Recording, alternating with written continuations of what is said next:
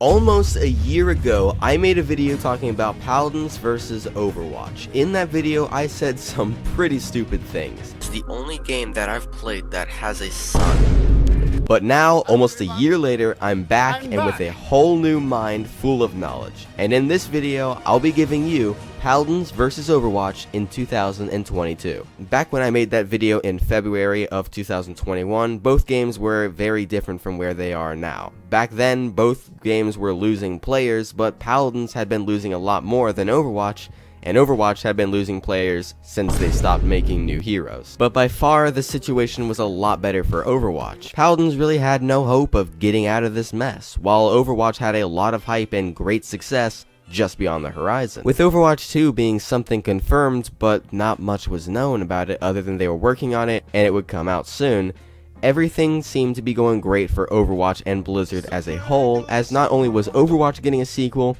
but Diablo, another Blizzard game, was catching wind of a new edition. But after the course of this 1 year, so much has happened that's changed the deal. Paladins started updating all their maps, which is something I brought up in my Why Paladins Isn't As Popular as Overwatch video. Also, Paladins made one of, if not their most popular tank in the game, Azan. So in a way, Paladins has gone up a bit. The player base is still shrinking, but the game's been fixed in a couple ways. Overwatch, on the other hand, is in a really tough situation. Jeff Kaplan, the lead designer of the Overwatch team, left Blizzard right before some announcements on Overwatch 2, which is still in the making at this point. The exciting mystery that is Overwatch 2 turns out to be 5v5, which takes something special from Overwatch and ditches it. There's a lot of dispute over whether 5v5 is good or bad. I'll leave that one up to you. And on top of all that, Overwatch 2 has been rescheduled over and over again, to the point where we don't really know if it's going to be good or not. There are other problems, like will Overwatch 2 be worth playing? Popular former Overwatch streamer XQC had once said while watching Overwatch 2 gameplay that it looks the same as the first game. So will it be worth playing it if it's the same game? And on top of that, again, they've changed a lot of characters due to them wanting the new Overwatch game to be CC free, aka no stuns. This takes heroes like my favorites, Doomfist and Sigma, and turns them into completely different characters. I don't really like anybody else, so there's not really a place for me in Overwatch 2. Doomfist will most likely be a tank in Overwatch 2, and going with 5v5, there's just no way to make that work without either completely ruining Doomfist or making him a hero that will tilt the whole team when you play as him. And on top of that all again, the sexual assault with Activision Blizzard has really taken a toll on both games, leading to many people being fired and some characters as well known as Jesse McCree being completely renamed. So a year ago, it's obvious that Paladins was in a really bad place, but now Blizzard in general is. Because not only is Overwatch losing players because of nothing seriously new being added, and not only is Overwatch 2 in a bit of controversy, but even Diablo has been affected. Because while Blizzard has been working on Overwatch 2 and Diablo 4, they've been working on a Diablo mobile game. So many fans are rightfully concerned that they're going to mess Diablo up as well. So, putting this all into place, we can start diving deeper into the games. Now, I'm not going to go through how the games work like I did last time. You don't need to know all the little details and interactions and whatnot. If you know the basics of one game, you know the basics of the other. Hey, how you doing? Why didn't you respond? I'm here to thank you for over 400 subscribers. I asked before and you raised that number a lot, so thank you. Subscribe now if you want to have my new Ferrari. Alright, back to it. One of the biggest differences I noticed between the games is customization, and this plays a really big role in why so many people play Paladins. In Paladins, you have a lot of customization. It ranges from being able to change whole abilities with talents, to changing or tweaking cooldown times, amount of healing done, and how certain abilities work, all of it with cards. This allows you to take a character you like and make them into someone you're great as. On top of that, you can also have one skin's gun and another skin. It's not the coolest bit of customization, but it's still an option, and I've heard that some skins' weapons are just bad. They have a huge disadvantage, so being able to switch them out is really nice. It's not that way in Overwatch, neither are the talents or the cards. The skins is another thing, for me at least, that really make a game. I love how a game can take a character and implement ideas and concepts into a skin based on that character. I love it. When it comes to Paladin skins, they're very high quality. The voice changes, sound effects, visual effects, all of it changes, even voice lines.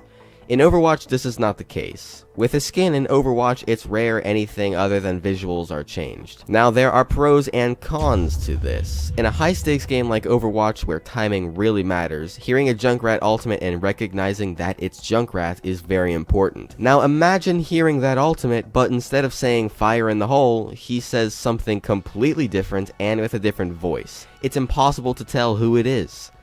So, skins that change that much of a character can be very damaging, not only to the character, but to gameplay in general. Don't get me wrong, the skins in Overwatch are great, very high quality as well, and sometimes they do change things like the music that plays for Lucio. So Overwatch does change things, but not as much as Paladins, and for a game like Overwatch, it's for the better by all means. Now, for a lower stakes game like Paladins, the skins work, but you can't get them. I would say that about 90% of the skins in the game are not available for direct purchase, and then about 60 to 75% of those skins are simply done. You cannot get those skins again, no matter what. They're simply done. So the skins in Overwatch might be lower quality, if you want to look at it that way, but you can get them. The Archives event lasts about a month, and in that event, everything in the game is available. Everything. If you miss that, all you need to do is wait for the next event. Whether it's Halloween or Christmas, just wait and the skin you want will be available. So when it comes to maps, it's a little tricky because one game is a near future and the other is a fantasy world. So it's a little interesting comparing these to each other. I made this point in my other video, but it didn't come across as well as I hoped. But I still believe it, and it still is a good point. Overwatch is the first game I played that's able to fit both good and real into a map. Not only are the maps in Overwatch good and fun to play in, but they feel real. And it's not that it has good graphics, or it's near future and not fantasy, but a civilization can actually function in them. Frog Isle from Paladins. I mean, what is this even supposed to be used for? Another concept that really stood out to me when I first played these games is CC. CC stands for crowd control, and crowd control just means stuns or anything that moves you, really. There are a bunch of characters in Overwatch that have CC. Cassidy's stun, Wrecking Ball's everything, and Doomfist in general. But there are some heroes who don't have CC, like Mercy. In Paladins, everybody has CC. It's a very rare thing for someone in Paladins to not have CC. It can really get annoying. There is so much CC that they made an item that reduces the amount of CC that you take in, or the effectiveness of them at least. It's crazy how many stuns and effects are in Paladins. Not only are there a lot of CC, but there's so many different kinds of CC, it's crazy. Silenced, banished, slowed, stunned, blinded, so many more. There are so many to the point where one character in the game alone will have one kind of CC. Now, speaking of characters, we'll now be taking a look at the playable characters in these games. Overwatch has 32 playable characters. Overwatch 2 will have at launch 39, and there are several characters who play a big role in the story and lore, but are not a playable character. Junker Queen is the ruler of a whole map, yet we never see her real face in the game. She's on sprays, and information has been kind of leaked, but she's not playable. In Paladins, there are not many characters who are in the lore that aren't already in the game. Paladins has 52 at the time of me writing this a month ago. I would say that the Magistrate would be one of the very few characters in the lore that are not in the game. Now, Overwatch doesn't make as many characters as Paladins does, that's obvious. But Overwatch has a story that it follows. All of the characters that have been added were already in the lore long before they were in the game. They had a story set from the beginning, but as they went along, they fulfilled that story. Echo was in the story before she was actually playable. Here's my point. Paladins feels like it just keeps adding to the story. It feels like they don't actually have a direction for the story. Azan, the newest character at the time of me writing this again, Azan is a Pyre Lord, aka Demigod. That's one of the biggest roles in the realm. He didn't even exist 3 months ago. He wasn't teased or anything like in maps where it's like, oh, well, this strange figure's on a wall. Who could it be? None of that. Nothing. One of the most important roles in the realm was just made up like that. Now, I will mention this. Paladins, through other teasers and dialogue, has teased or proposed the idea of something big coming up. Something that even a Pyre Lord fears. So maybe, just maybe, in the near future, we'll see what this is. It also might be why they've taken forever to give out teasers and sneak peeks of the new update. I don't know, that's all I'm saying. Ranked is the next subject we'll be talking about. Ranked is where all the sweaty matches happen. Unless you're me, of course, and quick play is just as, if not more sweaty than ranked. But it's the matches with stakes. You lose this, you go down in the rank. But it can be fun to play if it's not a drag like Paladins. Now, I don't play much of ranked in video games. I believe that it just takes the fun out of the game when you've got half a team arguing on the microphone and then another half of the team just throwing the game. But when I do play ranked, it's not Paladins. In Overwatch, you play ranked by picking your character and setting up. I think you get like 10 more seconds or something like that to set up than casual. Done. If you get a better score than the enemy on your turn, you win. Overwatch Ranked is, for a lot of people, fueled by the golden skins. If you win, you get 15 points of a special currency that's put into buying the golden skin for a hero, aka their weapon is now golden and sparkly. And Paladins Ranked, on the other hand, is not fueled by anything. You win, you rank up, you lose, you rank down. Some rare times there are rewards, like giving a Torvald skin when you play 100 ranked matches, but that's hell on earth for a skin of the worst character in the game. Just the whole way ranked is set up for Paladins sucks. You usually pick your character, wait a minute, and go. In ranked, the top players of both teams pick 2 or 3 champions to ban, one at a time. Each have about a minute, and each team has about a minute of overtime that can be used up before the match is called off for taking too long. Then, 2 at a time, each team picks champions to play as, starting with the top. Then, when it's finally over and everybody has a character, then you have about a minute to swap characters with another team member, because remember that in Paladins you can't change champions. Then after that, you have 10 seconds to clean up before launching the match. Then after that, you have a screen time of however long it takes for everybody to load. Then you have another minute of waiting in the spawn, and then the game starts. Sounds long? The queue times of Paladins Ranked are some of the longest times I've ever waited. It makes Overwatch look great and quick. So yeah, a lot to fix on the Paladins Ranked, and I don't need to explain it further. There's another very distinct feature between these games that sets them apart. When you spawn in Paladins, you ride a mount to the point or wherever you need to go. You can customize the mount. It can be a dragon, a car, weird thing, I don't know, whatever it is. I'm getting off point. But in Overwatch, there is no mount. Now granted, in Overwatch, crazy movement abilities are nothing rare. In Paladins, this mount comes in handy. So when you play Zenyatta and you want to go back to the action, you just float all the way back to the action. In Paladins, it's a little goofy to see a massive knight riding a tiny horse, but at least you don't have to walk to the action. Game modes are next. There are 3 game modes in Paladins. Sometimes there's an extra one, but they vary from like ROMs to like all Strixes and crazy stuff like that. But we'll stick to the 3.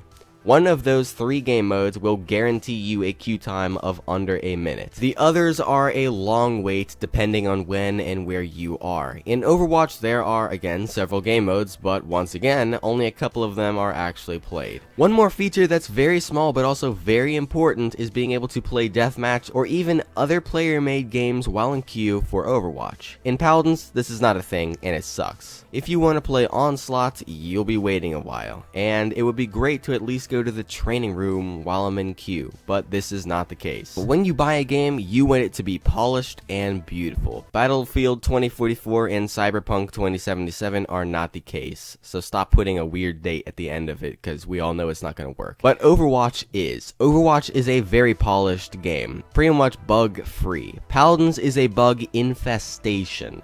Movement bugs that'll push you off an edge of a map for no reason, bugs where a character's model is locked into place after they finish a certain ability, and these are wide known, just common bugs. That's just a simple fact about the game. They've been around for a long time, and no fixes. Everybody sees them, but no fixes. When the Venus skin for Moria came out on Overwatch, there was a bug where extra fingers appeared on Moria's hand sometimes. I repeat, sometimes. It was fixed within 2 days of launching.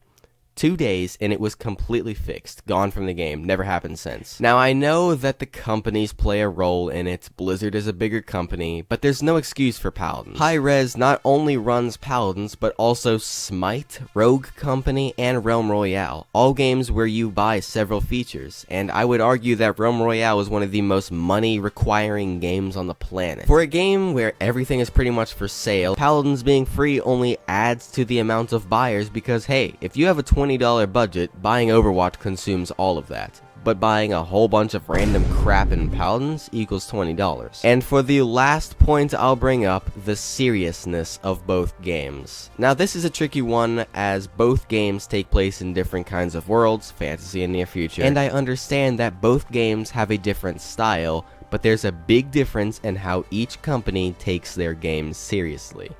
Let me explain. Hi-Rez does not take their game seriously at all. Now, I'm not talking about how Hi-Rez doesn't put the money they get from the game back into the game, which is a big problem that's been addressed by popular Paladin streamer Z1 Unknown. I'm talking about how goofy the game is. And once again, I know there's a style, but there's just too much to be a style, if you know what I mean. Khan riding a horse. I mean, come on, for real? Fernando. What? And all the females in this game. This is pretty much all of them. Over-sexualized marketing spokesmodels. All of the skins as well. The sounds are interesting to say the least. The horses especially. Some of the dialogue is just cringe. Blizzard takes their game seriously. They make it being goofy in some places work. For the whole day of April Fool's Day, all the characters have googly eyes. All of them. Even the villains. But it works. The characters are uplifting and cheerful, full of personality. In Paladins, the dialogue ranges from "The Abyss is evil and cool and coming to town," all the way to "Why are you shooting at me?" That one's not a joke. Paladins, are you kidding me? It's the enemy team and you ask why are you... Okay. Again, Overwatch, they take their game more seriously. And it might look like I don't like Paladins, or I'm hating on it. I almost have 4 times the amount of playtime on Paladins than Overwatch. And I, with a lot, and I mean a lot of playtime and experience with Paladins, am one of the most eligible people to say these things. The streamers who play the game for a living, every day, all day as well. So, what do you think of the video? What do you think is the best way to save both games, as both of them are in a really bad place? If you have something to say, please let me know in the comments below. Now, this video does mark the beginning of PGG Phase 2. It's gonna last a couple months, so buckle up because there's more coming up. I hope you have a great day, and remember, life is short. Play great games.